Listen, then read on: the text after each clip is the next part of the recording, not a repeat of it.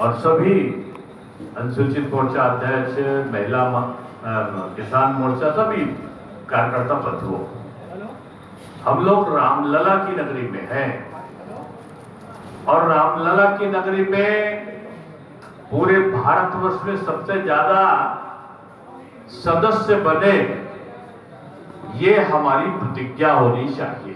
क्यों?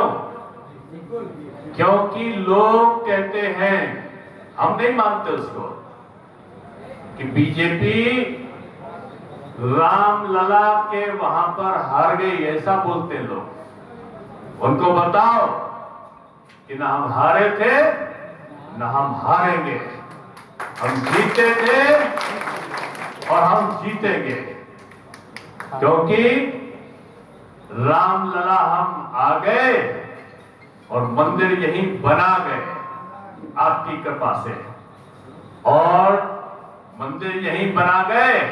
अब 27 में भी भाजपा सरकार बनाएंगे।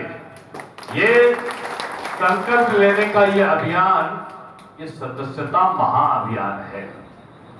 ये सदस्यता अभियान भारतीय जनता पार्टी की जीत की कुंजी है, चाबी है।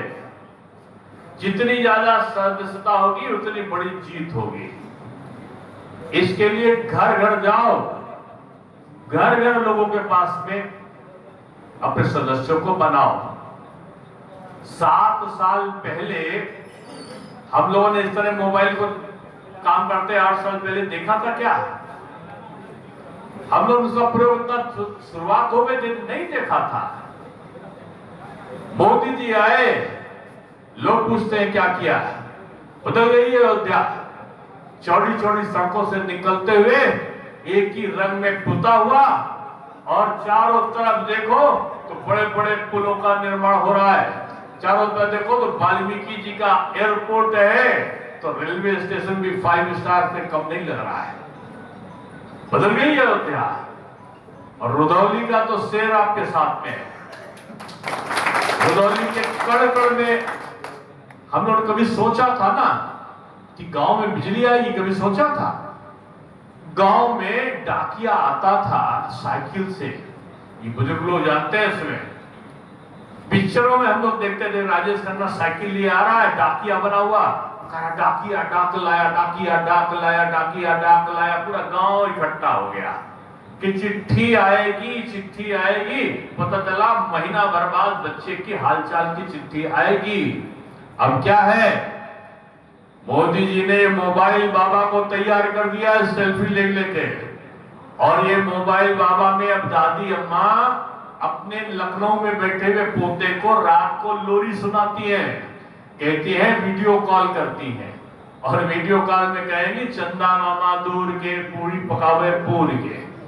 यानी आज मोबाइल ने आपको इतना मजबूत बना दिया है कि राजीव गांधी कहते थे कि 100 रुपए भेजते हैं और 85 रुपए का भ्रष्टाचार हो जाता, 15 रुपए केवल किसानों को पहुंचता है। अब मोदी जी कहते हैं, मैंने मोबाइल बाबा दे दिया है, 100 रुपए देता हूं तो 100 रुपए किसान के खाते में पहुंच जाता है। पहुंचता है ना? ये किसी को यही कांग्रेसी, ये सपा बसपा माकपा भाकपा आप, ये जितना दल है ये इसीलिए गुस्से में है। और कभी कह देगा कि बीजेपी आरक्षण हटाने जा रही, कभी अफवाह फैला देंगे संविधान बदलने जा रही। कौन लोग हैं ये लोग? बाबा साहब भीमराव अंबेडकर को 2-2 बार चुनाव हराने वाली कांग्रेस है ये समाजवादी पार्टी वही है जो मायावती जी के बाहर गैस का सिलेंडर लगा के उनकी हत्या करने की साजिश रचने का काम अखिल ग्रह ने किया था। ये दलित और पिछड़े के विरोधी लोग हैं।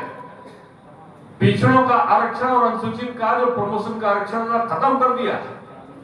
अखिलेश जी मुख्यमंत्री थे उस समय, जब बीजेपी आई तो बीजेपी ने वो पहले अखिलेश यादव जी के समय जो चीफ इंजीनियर था अनुसूचित वर्ग का, वो बेचारा जेई हो गया। बीजेपी सरकार आई तो उसने आरक्षण में प्रमोशन को लागू किया। हम काम करते हैं, वो अफवाह उड़ाते हैं। योगी बाबा ये माफियाओं को सजा देते हैं, और ये माफियाओं के नाम पर रोना रोते हैं, इनको रात को नींद नहीं आती। दूसरे दिन अखबार पढ़ते हैं, ये खटाखट चटापट पटापट करते थे मुंह से। और यहां जहां माफिया बढ़ा, तहां चटापट फटापट खटापट और जनाजन चला। क्यों? क्योंकि योगी बाबा शेर है और मोदी जी सवा शेर है, और ये लोग मिलकर आपके लिए काम करना चाहते हैं। गरीब का जो जानते हो ना, भारतीय जनता पार्टी कैसे बनी? दीनदयाल उपाध्याय जी ने बनाया। और दीनदयाल उपाध्याय जी ने क्या किया था? वो कहते थे कुएं में कोई व्यक्ति पड़ा है तो जो नीचे कुएं के अंदर गिरा हुआ व्यक्ति है वो थोड़ा ऊपर उठे, और ऊपर जो खड़ा हुआ व्यक्ति है थोड़ा नीचे झुके, दोनों के हाथ मिले, नीचे वाला उठ के उसके बराबर में खड़ा हो जाए। ये मोदी जी यही करते हैं कि जो गरीब है वो अमीर हो, और जो अमीर है वो गरीब का हाथ पकड़े और दोनों बराबर पे खड़े हो जाए। यही देश का राम राज्य है। और मोदी जी ने यही नारा दिया है, सबका साथ, सबका विकास, सबके लिए प्रयास और सबका विश्वास। हम जात नहीं, धर्म नहीं, जाति ये अगड़ा पिछड़ा अनुसूचित दलित ये कौन लोग करते हैं? ये अंग्रेजों ने इसको शुरू किया था। पहले जाति नहीं होती थी, वर्ण व्यवस्था होती थी। वर्ण में जो पढ़ता था पढ़ाता था कहीं ब्राह्मण है, जो रक्षा करके तलवार करके इनसे युद्ध करता कहीं क्षत्रिय है, और जो बिजनेस करता था व्यापार करता कहीं ये वैश्य है, और जो भगवान को सबसे अधिक निकट से प्रिय होता था, जो कहते थे कि जो सब कुछ करे समाज की सेवा करे, उसको कहते थे ये शूद्र है। यानी शूद्र सबसे बड़ा होता था। शूद्र अगर पढ़ाने लगे तो वो ब्राह्मण बन सकता था। ब्राह्मण अगर हाथ में तलवार लेकर रक्षा करने लगे तो वो क्षत्रिय हो जाता था, और क्षत्रिय अगर हाथ में तलवार के जगह तराजू लेके वो बिजनेस करने लगे तो वो वैश्य हो जाता था। ये व्यवस्था थी। इसको इन्होंने अगड़ा पिछड़ा अनुसूचित दलित किसने किया? या अंग्रेजों ने किया, जो अपने शासन करते थे। उसके पहले कभी आपने सुना है कि बौद्ध गौतम बुद्ध शर्मा, गौतम बुद्ध रावत कभी सुना? नहीं सुना होगा।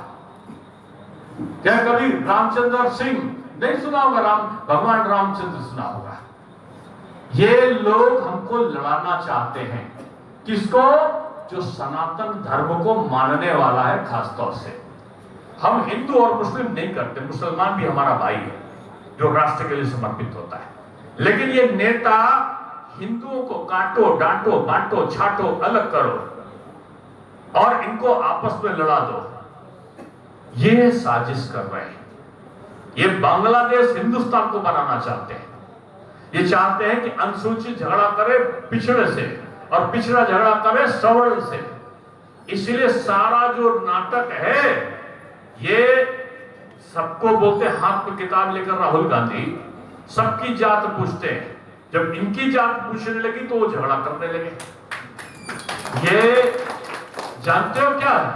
हम लोग इनके बारे में नहीं कहते, लेकिन एक बार क्या हुआ कि चाणक्य जो थे वो चंद्रगुप्त मौर्य थे, उनके गुरु थे, वो ब्राह्मण थे चाणक्य।